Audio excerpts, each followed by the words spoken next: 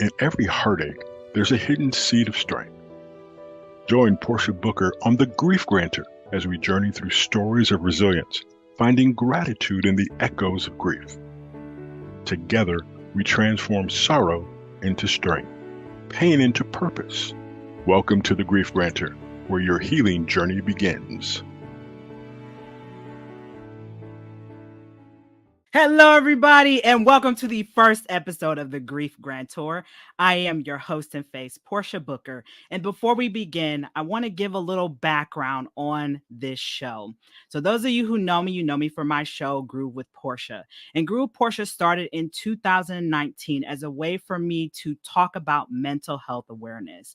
And through my own mental health journey, I've learned so many different things. I've learned to appreciate gratitude. I've learned to build resilience. I've also learned to be innovative in how I'm able to share my story and inspire other people to use their mental health as their vehicle for change, right? Each and every one of us has been through something. We tend to want to mask and hide the things that are imperfect in our life. But I'm a firm believer that your mess is your message. Let me say that one more time. Your mess is your message. So something that you might think is something that you're ashamed of, somebody needs your story. Somebody needs to hear the words from your mouth in order for them to start dancing to their own drumbeat again. The other reason why I started my show Grew with Portia was to find empowerment through the power of storytelling, right? There's always ways to find inspiration. There's always ways to be empowered through the things that we go through in life, right? What we go through, we tend to grow through, right? Let that sink in. What we go through, we tend to grow through. And the last thing that I want to touch upon is forgiveness.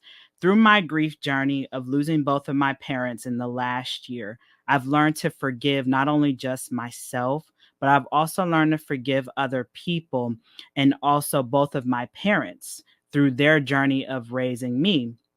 Now, full transparency, I was raised in a single parent household. But even though there was parts of that that healed me, there was also parts of that journey that also hurt me. And so for those of you who are tuning in, if the God of our understanding, right? I'm going to go a little biblical and spiritual here. If the God of our understanding is able to forgive us, why do we hold on to so much unforgiveness, right? And one of the things that I learned, especially through my father's transition, was to learn to forgive him for not being present in my life.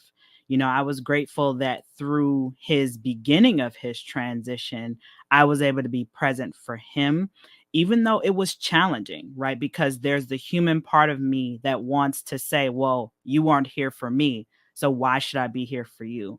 But there's also a level of growth and awareness where I made the choice. I'm going to say choice. I made the choice to be the bigger person in the situation with my father.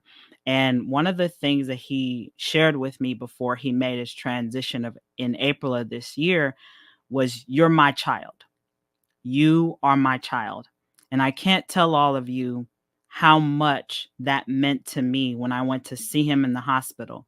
For 30 years of my life, I waited for that moment to hear him approve of me as his child. So, for all of you who are tuning into this show is about inspiration. This show is about uplifting and changing the narrative of how we go through our grief journeys, right? Because I'm a firm believer that grief is truly a beautiful journey that we will all embark on at some point in our life. And let's be realistic, grief is not limited to the physical transition of someone in our life, right? We go through transitions when we graduate from high school and embark on our college journey, or if we go into the workforce. We go through a grief journey when we pivot from the space of corporate to becoming an entrepreneur and losing that sense of support that we thought that we had. So there's various avenues of grief that we go through, but I'm a firm believer that grief is such a beautiful journey for us to really rechannel, reinvent, and also create change in our own life and also reevaluate what truly matters in our life. So, on that note, we're going to take our first quick break right here on the Grief Grantor. And when we come back, we are joined by a special guest for this first episode that will really give us more insight into the mission of the show and also leave us with words of empowerment. So, stay tuned. We will be right back. Hey there, I'm Diane Forster, host of I Have Today, where we talk about the art of intentional living. Our show is on the Fresh Takes channel on Mondays at 11 a.m. Pacific. So if you're ready to be inspired, empowered, and educated and learn how to live the I Have Today way, then tune in. Hope to see you there.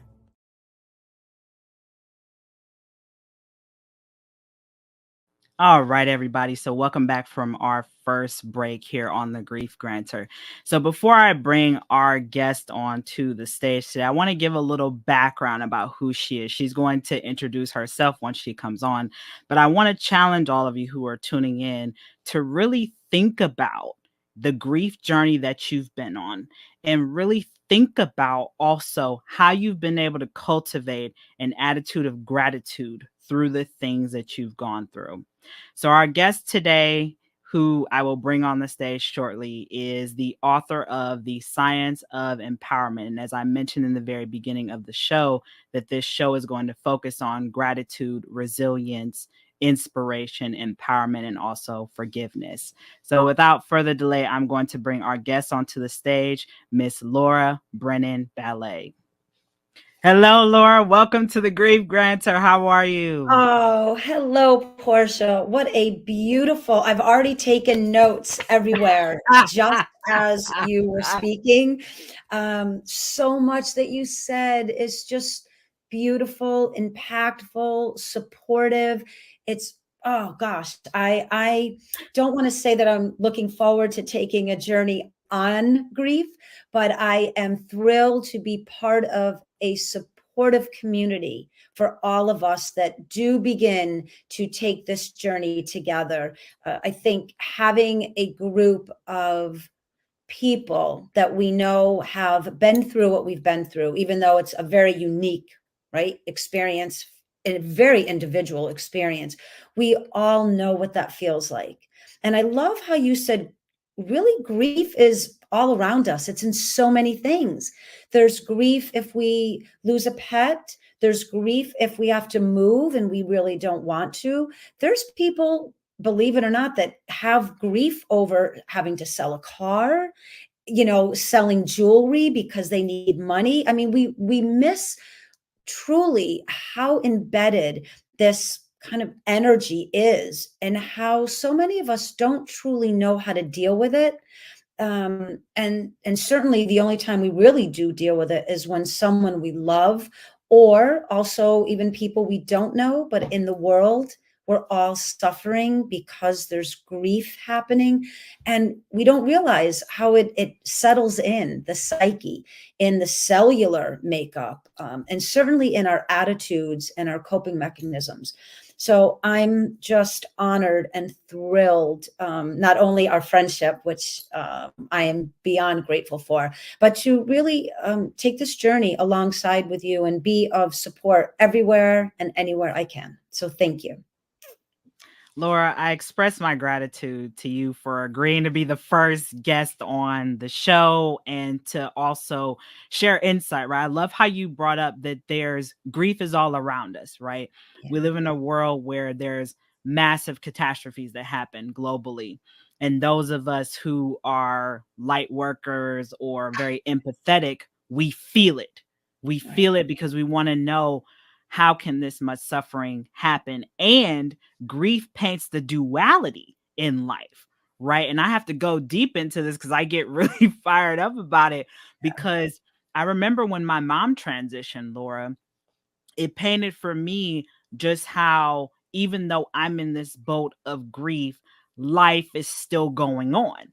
There's still people celebrating. There's still people embarking on new endeavors and journeys. And I'm sitting here like, wow, this is life. Life looks this way and that way, not this or that. So I think grief really helps us to, in a sense, remind us that there can be two parallels at the same time in our life. And so, Laura, I want to ask you this. First and foremost, as you know from my show, Grew with Portia, I always start off my shows with gratitude. What are you grateful for today?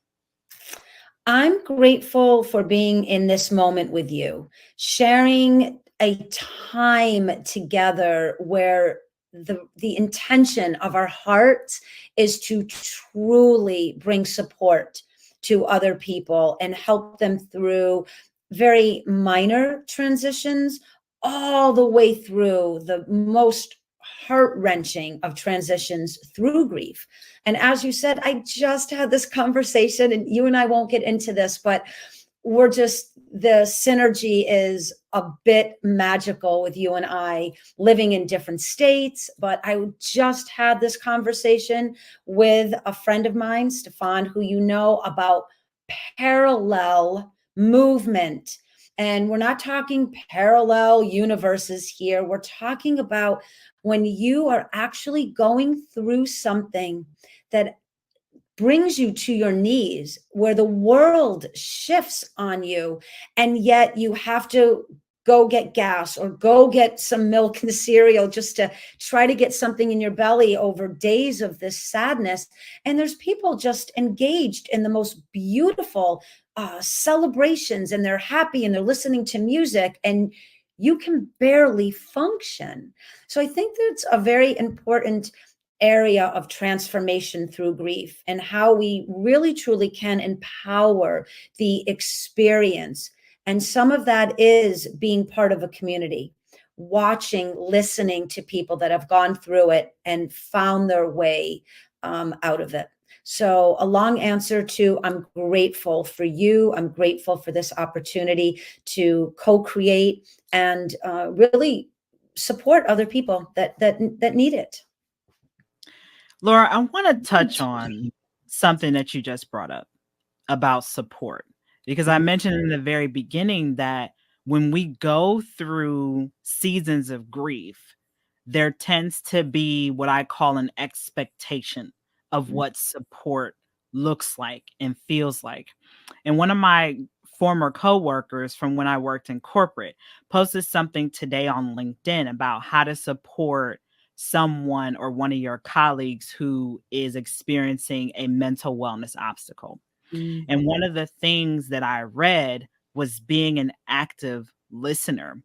And so, Laura, I'm curious if you can elaborate and share with our audience how they can cultivate that mindset of being an active listener, considering that we're distracted and bombarded with so many things throughout the day.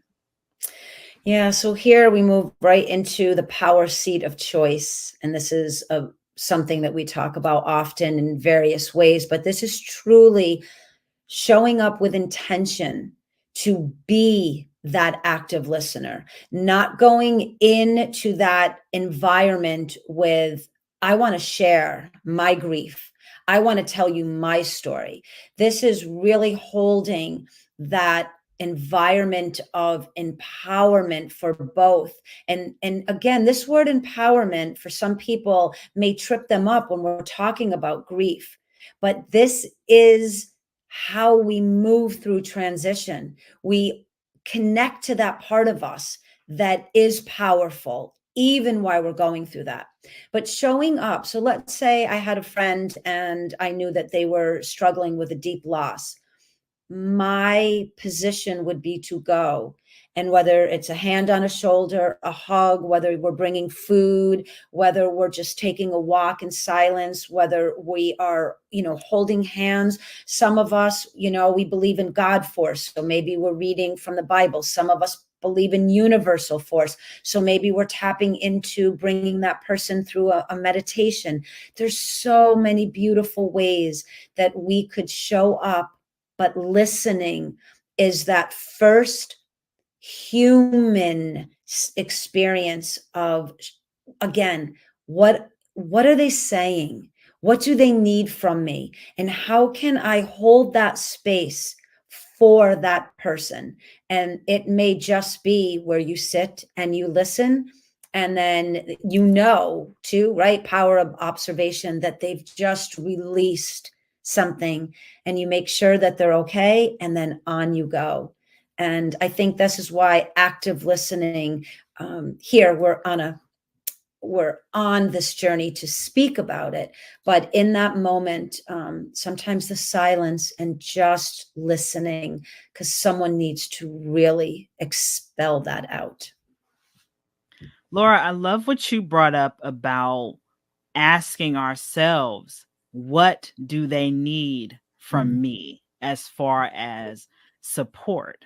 And I want to dive deeper into this because let's be realistic. When we're going through our own grief journey, some of us need to apply that same level of awareness, right, to our own endeavors. I know for me, one of the questions now that I've learned, and that's why I said I'm always grateful for my grief journey. I talk about it all the time. I write it in my gratitude journal. I am grateful for my grief journey because it has given me an opportunity to help more people to shift their perspective around how they see and go through their own grief journeys. I've literally asked myself the last couple of days when I found myself in kind of what I call a downward funk, or, the roller coaster ride going down, Mr. Hyde's nasty fall, for those of you who live in Ohio that know Cedar Point. I've asked myself, Laura, what does my grief want today? Right. That's a beautiful question.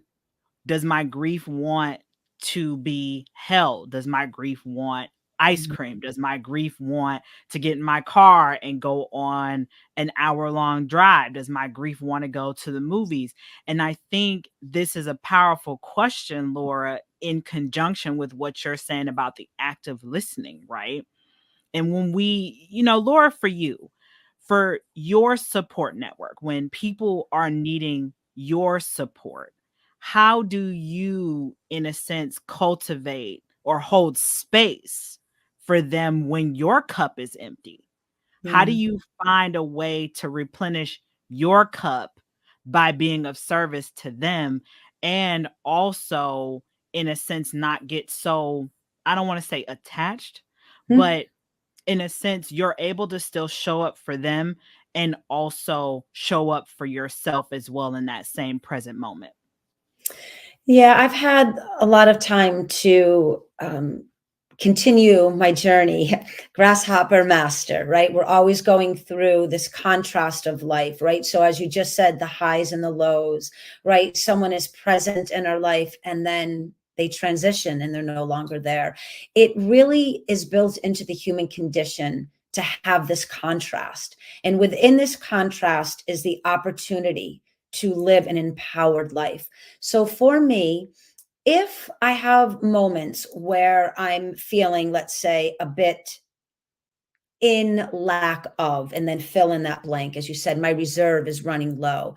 For me, my mindset is very aligned with a very specific formula. And I asked myself these 5 questions. And by asking these questions, it brings me right back to that power seat again. It reminds me that in the moment, I may be feeling a certain way due to a very specific experience, but it is not lasting. It not only can, but will pass. But if I hold true to the reason that I personally believe we are here, which is to grow and advance through all the adversities, I will come out more empowered than at the beginning. So I've never shown up, let's say, in a lack of, because I take that moment and I connect right to my awareness in the moment. Like, what am I aware of? What am I willing to do? So let me just say quickly, and this is a really empowering moment for the listeners. When we are going through something and we feel depleted or deprived or abandoned or the lack of support, or we're on the down spout for a moment, ask yourself, what am I aware of? I'm on a down right at the moment. And we all know somewhere in our wired, right, logic, there's ups and downs to life. Second principle, right? And we're talking about the J3 equals E. And now we go into willingness. What am I personally willing to do in this moment of this feeling, of this energy? I am willing to, and then we fill that in, whether it is reading something, listening to a podcast, watching a TV show, becoming inspired, grabbing onto my support system. There's so many examples we can give here. I'm willing to not squash and put the down feeling away and ignore it, because we know what that will do. But I am willing to start to align myself with mechanisms, skills, tools, modalities that I know as I move through this, they will help me. Right? Third principle, accountability. There's no one in the world that can change my feelings but me. I can be inspired, and I can have gratitude, and I can be in appreciation, and I can be part of a community that will help uplift, but it still comes down to that decision for me. So my accountability plays. Now I move into critical thinking, and people may be like, what do you mean critical thinking, right? If I'm emotional and I'm sad and I'm grieving and I can't even shower and eat, how am I supposed to think with positive intelligence? But this is exactly how we empower the transition of grief. We have something, someone, a community that we can rely on, that we can go to. So now we soften the emotionality of the down journey from all of these steps and all of what we're beginning to accumulate to help us through. Now we move into the fifth and the final principle, energy. Energy is in everything. It's in the way we're thinking. It's in the way we're reacting. It's the way we choose to respond to our own personal transition of what we are dealing with in the moment. So for me, I move through this formula. I find the moments within moving through that formula of gratitude, appreciation, inspiration. I find my community, my friendships. I listen, I read, and I move through it because I know I want to come out more empowered than how I was feeling at the beginning of that questioning. And it's worked every time. I'm not saying perfectly. I'm not saying even if you can get yourself to that empowered, uplifted state that you're going to be able to hold it.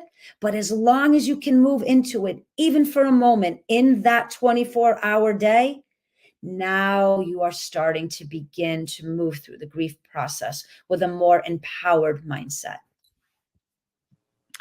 Laura, first and foremost, I thank you for sharing that and really shedding light on this, because it boils down to awareness, right? Like really asking ourselves those questions, whether it's, number one, what am I aware of, right? What am I willing to do about this feeling, these emotions, right?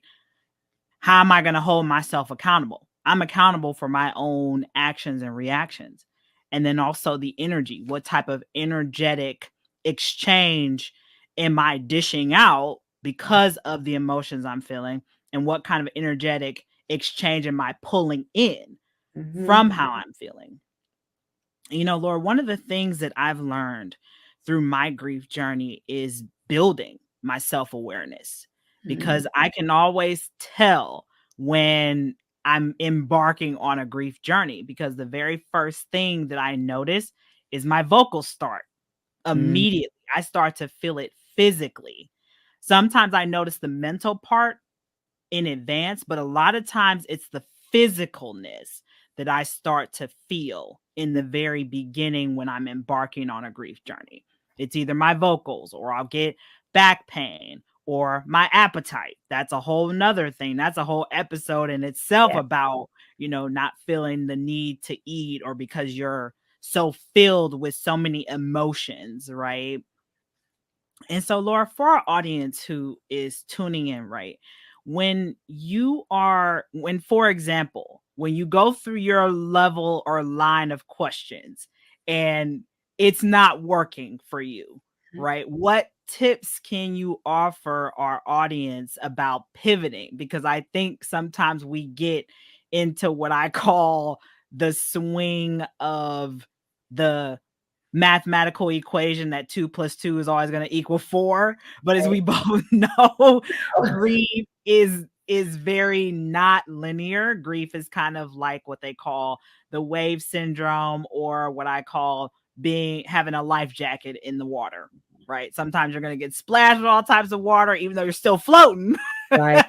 Right. But it's not always going to work. So can you shed light on that, Laura, about how when our normal routine system of finding balance or harmonization is not working, how can we find another alternative or learn to pivot?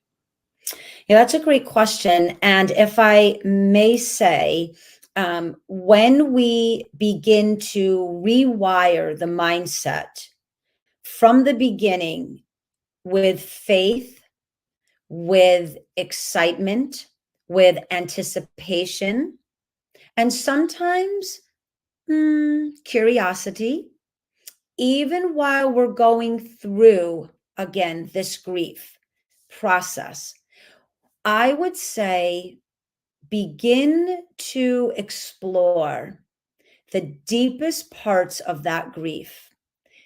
Deep within the grief is the answer for you.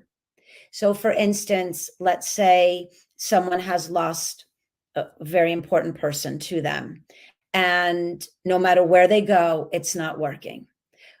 Go into the grief then. So if you're trying to not ignore it, not get up and out of it, but let's say there's formulas or there's principles or there's meditations or there's support groups, but it just seems like everywhere you're trying to connect with isn't quite touching upon what we know we've yet to arrive to. Go deeper in then.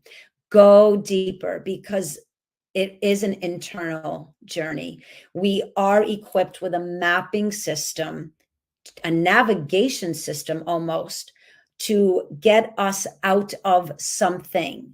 But some of us have to take a longer journey or a deeper journey, right? The road in the valley opposed to the road in the mountains. And both of them are beautiful and both of them have purpose and they matter. So I would say, if you're struggling and the contrast is still too big, that gap from the grief to awareness, the grief to what am I willing to do? You and I've talked about this, even the grief, I can't even get up. I can't even get out of bed at the moment. Then allow that to be part of what begins to empower you.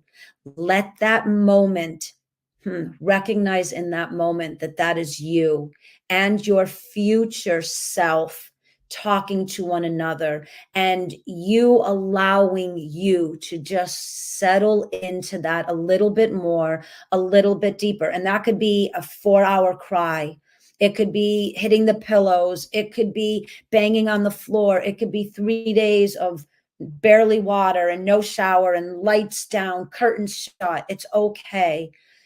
Just remind yourself that when you go deep in, right, the hero's journey, right, you are not stuck. There's an entrance and an exit. And just please don't lose sight of that, but it's okay to go in it and come back out of it in your own timing. Oh, Laura, I'm glad that you brought that up about our own timing, because that's a whole deep conversation that we're going to dive into in the next segment of the show. So we're going to take a quick break right here on the Grief Grantor, and we will be right back. Hi, I'm Kelly Melissa Reinhart, host of Make Mental Health Matter. Join me on Mondays at 11 a.m. and Wednesdays at 7 p.m. Mountain Standard Time on the Achieve TV network right here on E360 TV.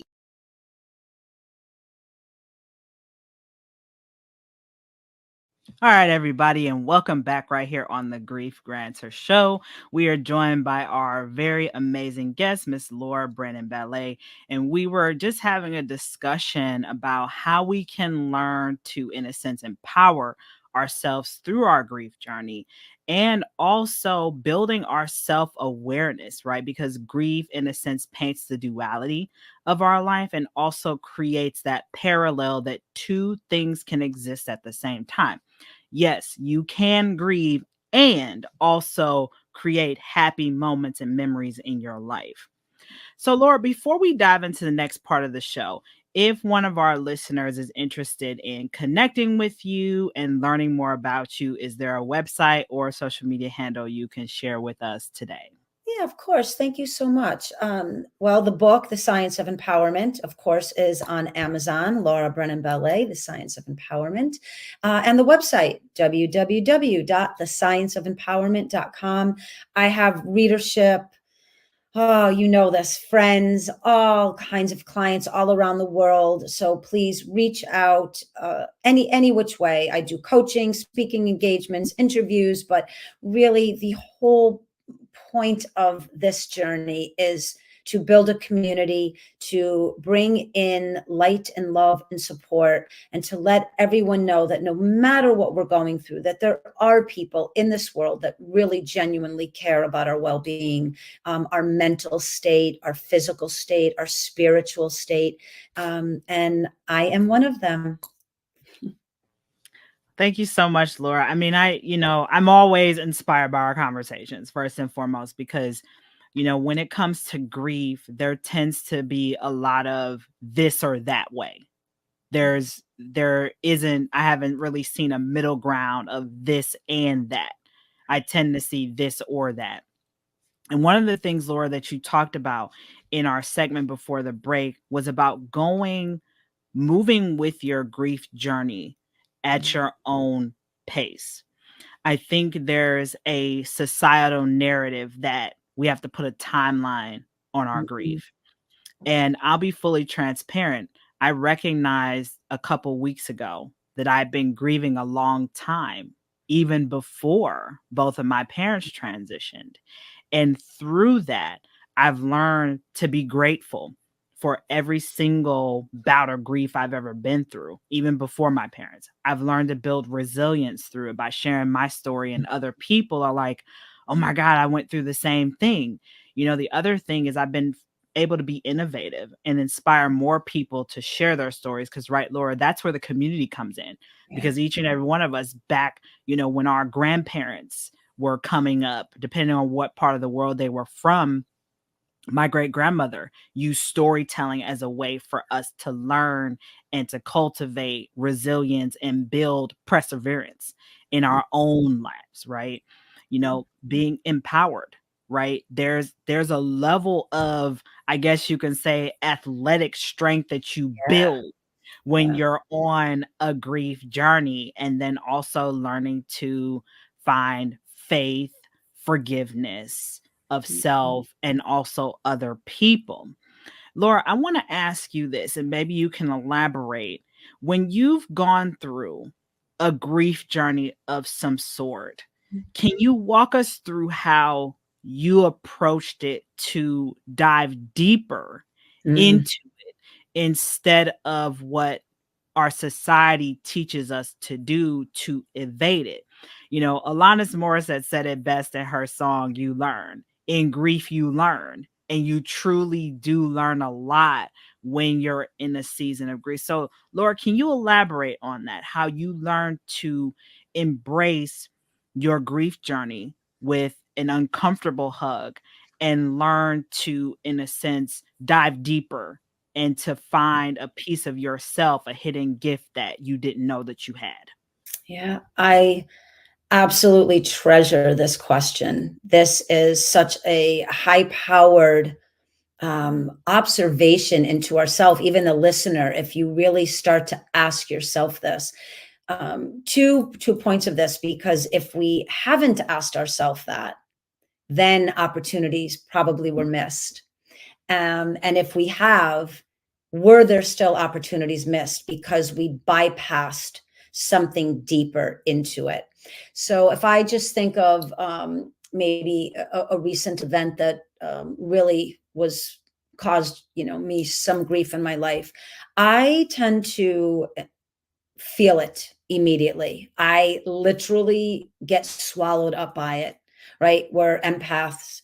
We feel, I just let it kind of overtake me for a moment so that I really am almost bathed in it.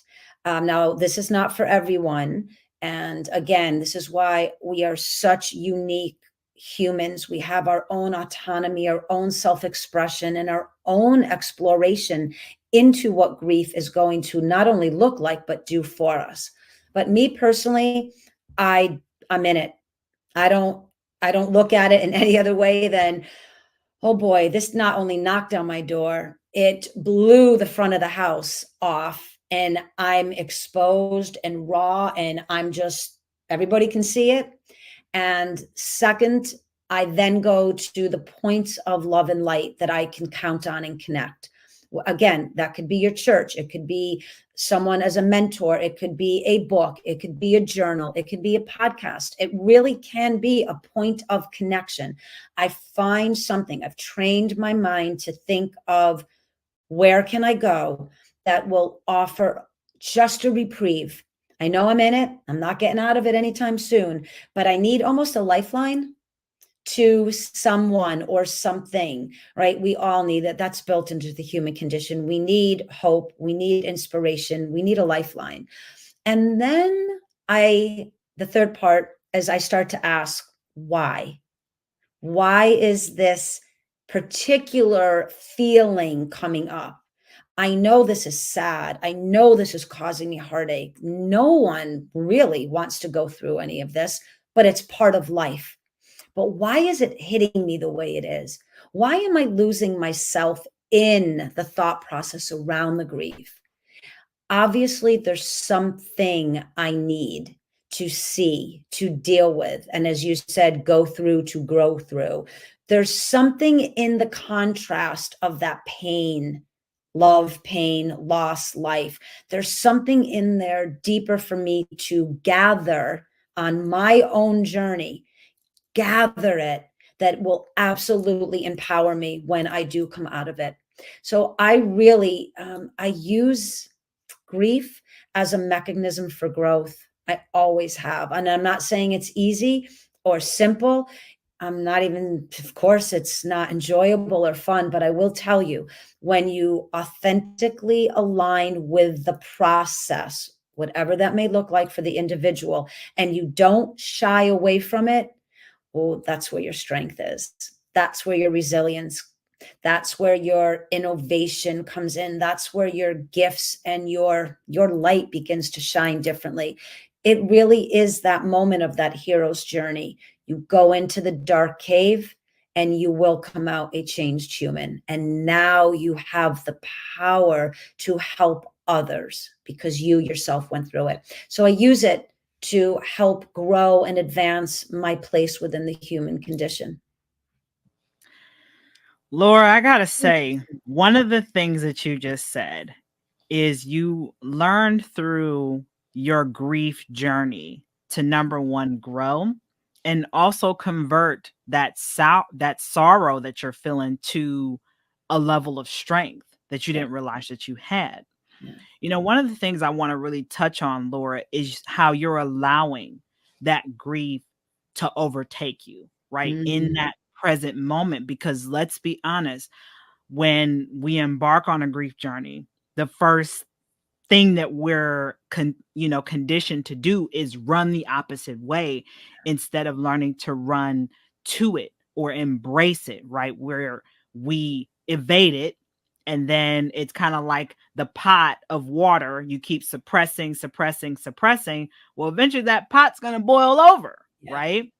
Yeah. And Laura, for you, I'm curious as to how, when you allow your grief to overtake you, how do you remain present in that obstacle and not revert back to your old habits of how you process grief before?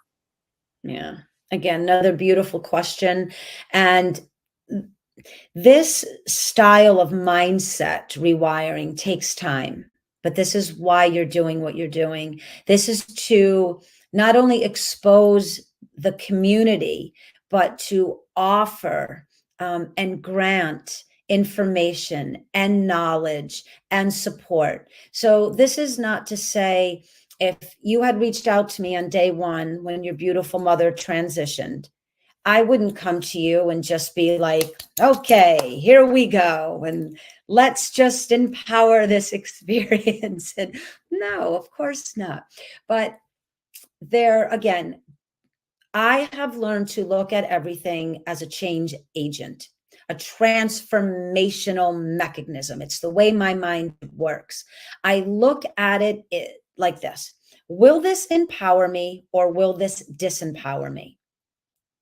So once you are able to answer, because we all know, even in the deepest, most sorrow-ridden environment, we know that if I do not get up and take a shower and put some clean clothes on and nurture my body with a cup of tea, a piece of toast, if I do not reach out to someone that's been calling me every day to show up, to help me, I'm going to create a pattern, which is going to reinforce a belief that I'm never going to get out of this. I'm never going to be okay. I'm never going to get past this.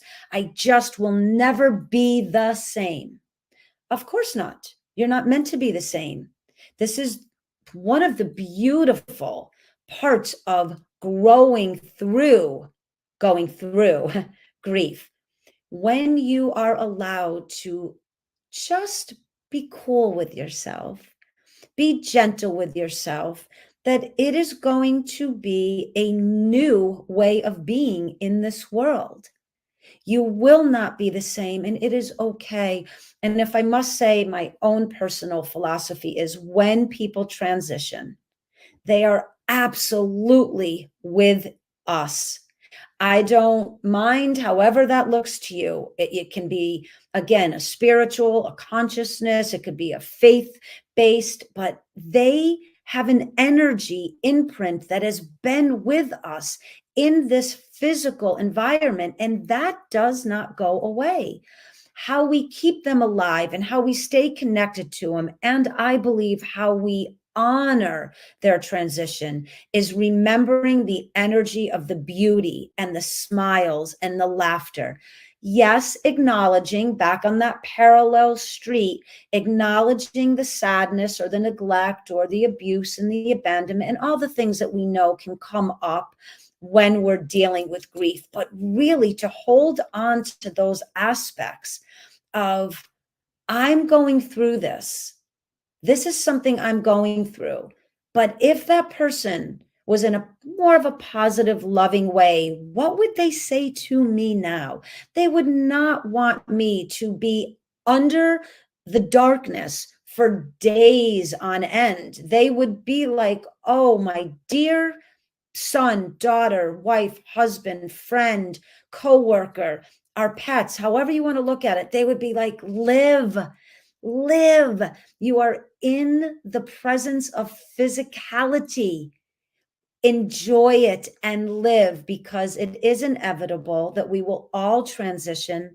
And even though I'm physically not there with you, I am there in heart and spirit. And there's so much science and spiritualism and faith to back up the most beautiful of miracles of story, to let us know that if you firmly don't believe in it 100%, we know that it is possible.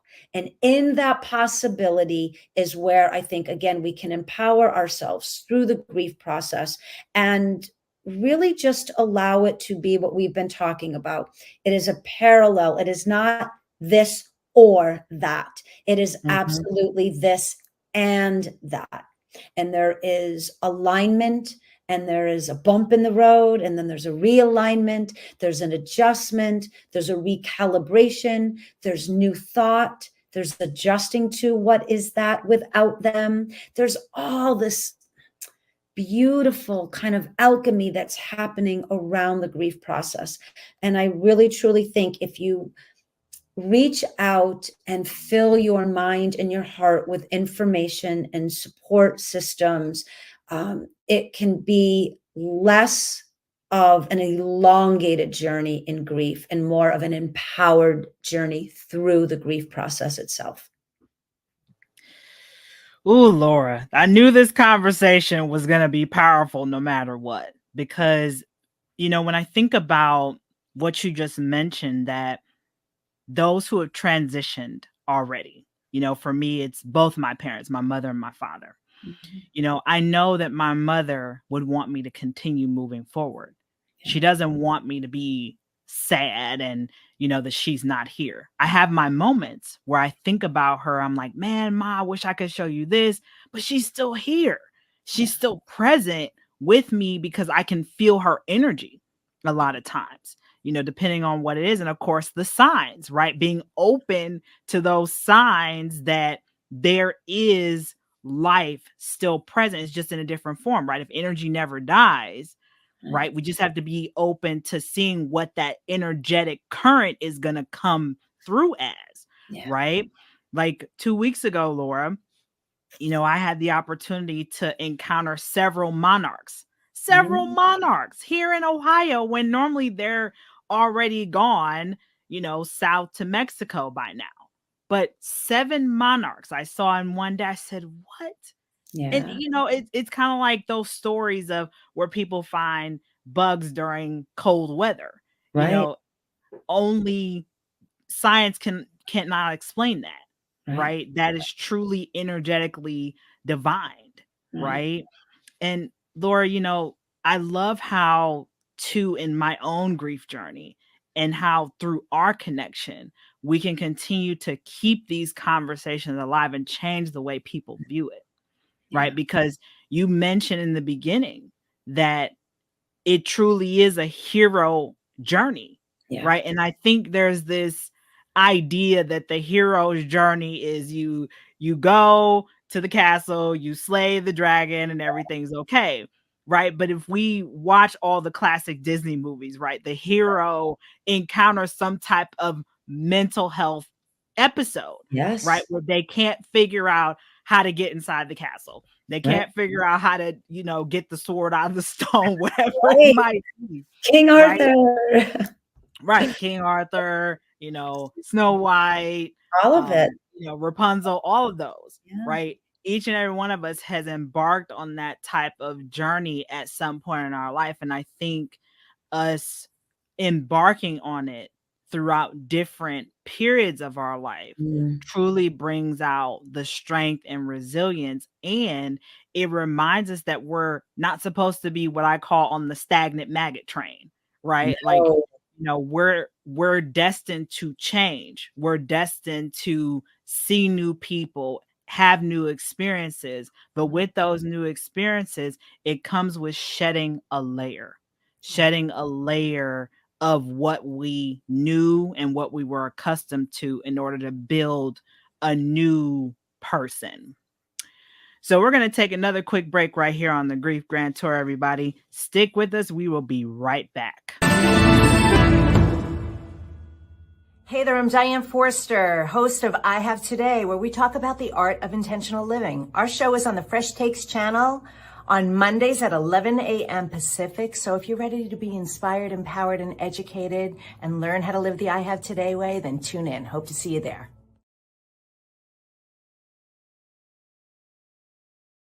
All right, welcome back right here on the Grief Grantor with our first guest, Miss Laura Brennan Ballet. And first, Laura, I want to thank you again so much for coming on and sharing just so many nuggets with us, right? Giving us a new way to embark on our grief journey and find inspiration and empowerment. Laura, I want to go back to something you mentioned in our previous segment about why am I feeling this way? I'm curious, Laura, as to what do you think is the reason why we, no pun intended, run away from asking why? Asking not just ourselves, but in all of our relationships when things are not working. What do you think is the reason that we shy away from asking why, and how can we learn to embrace that instead of evade it? Yeah, so I just got this vision of like a little kid way back in the day and like this big woolly mammoth charging, and he just knows and puts his hand up, right? And the beast just stops and basically would bow down to him. I don't know why that came in, but I mean, I do, but that's another podcast. Let me just say this. It's built into the human system to fight or flight, right? We either take flight and go away, or we stand and we fight. And both of those emotional constructs have a place and a reason and a purpose, but then they don't at a certain point. It is in human nature to run, to evade, to avoid. And we can go much, don't feel like dealing with it, could care less, forget it. It's not going to do me any good. Oh, my old man was not a very nice father. He's gone. Whoa, good for what we all can imagine where and how we can paint this story. I think if we begin to look at a challenge as an in the moment mechanism for our evolution, we can be that person that puts the hand up, not to stop what's coming, but to give it a moment to redirect it differently. So when we meet head on an addiction, a sadness, an experience of grief, and all of the other experiences that we, again, can list, when you choose that power seat, when you choose to empower the transition in the moment, this is when your life really begins to start to shift. You no longer are moving from pattern, belief, habit. You now are a creative, self-actualized individual that is tapping into understanding that we have about 100-year span or less in the human condition.